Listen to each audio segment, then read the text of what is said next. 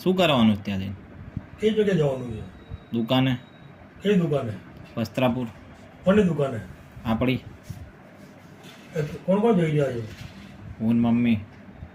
તો મમ્મી જઈ રહ્યા તો એવું કરવાનું છે, ત્યાં આપણે રિનોવેશનનું કામ ચાલે છે, બરાબર છે.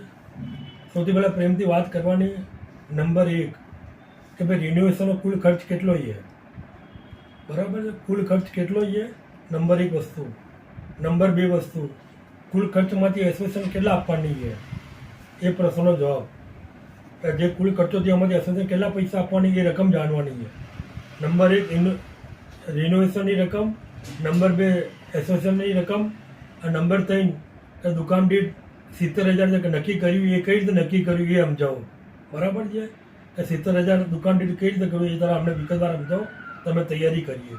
અને નંબર 4 જે આપણે ભાડવત છે જયેશભાઈ પટેલ, એમણે કહેવાનું ભાઈ તમને અમે 3 વર્ષથી કહી આ મેન્ટેનન્સ બતાવી દો પ્લીઝ, મહેરબાની કરીને તમે 3 વર્ષથી કહી આ ડિસેમ્બર સુધી મેન્ટેનન્સ બતાવો, જે બાકીના પૈસા કરી દો તો અમને શાંતિ મળે.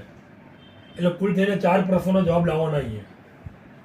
નંબર 1માં રિનોવેશનની રકમ, નંબર 2માં એસોસિએશન કેટલી રકમ આપવાની, કેટલો ભાડો આપવાનો, નંબર 3 દુકાન દીઠ 70,000 કઈ રીતે નક્કી થાય એ, અને નંબર 4 ઓલા ભાઈને કહેવાનું ભાઈ બાકીનું મેન્ટેનન્સ તમે ક્યાં સુધી ભરી દેશો, અમે તમે આટલા વર્ષે કહી રહ્યા છીએ. આ બધી વસ્તુઓનો જવાબ તારે લાવવાનો છે. ઓકે? હા શબ્દોમાં બોલ. હા. ઠીક છે? હા.